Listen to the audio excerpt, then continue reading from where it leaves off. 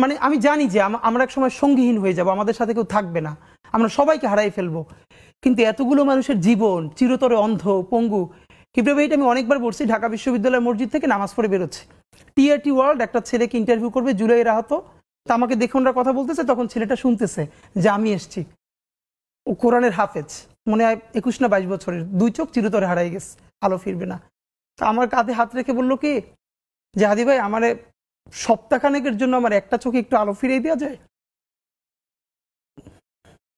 আমি বললাম ভাই 1 সপ্তাহের জন্য কেন?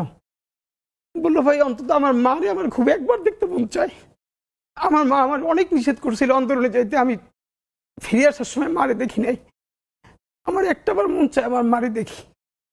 তো যারা হাজার হাজার কোটি টাকা পাচার করে বিদেশ চলে গেছে,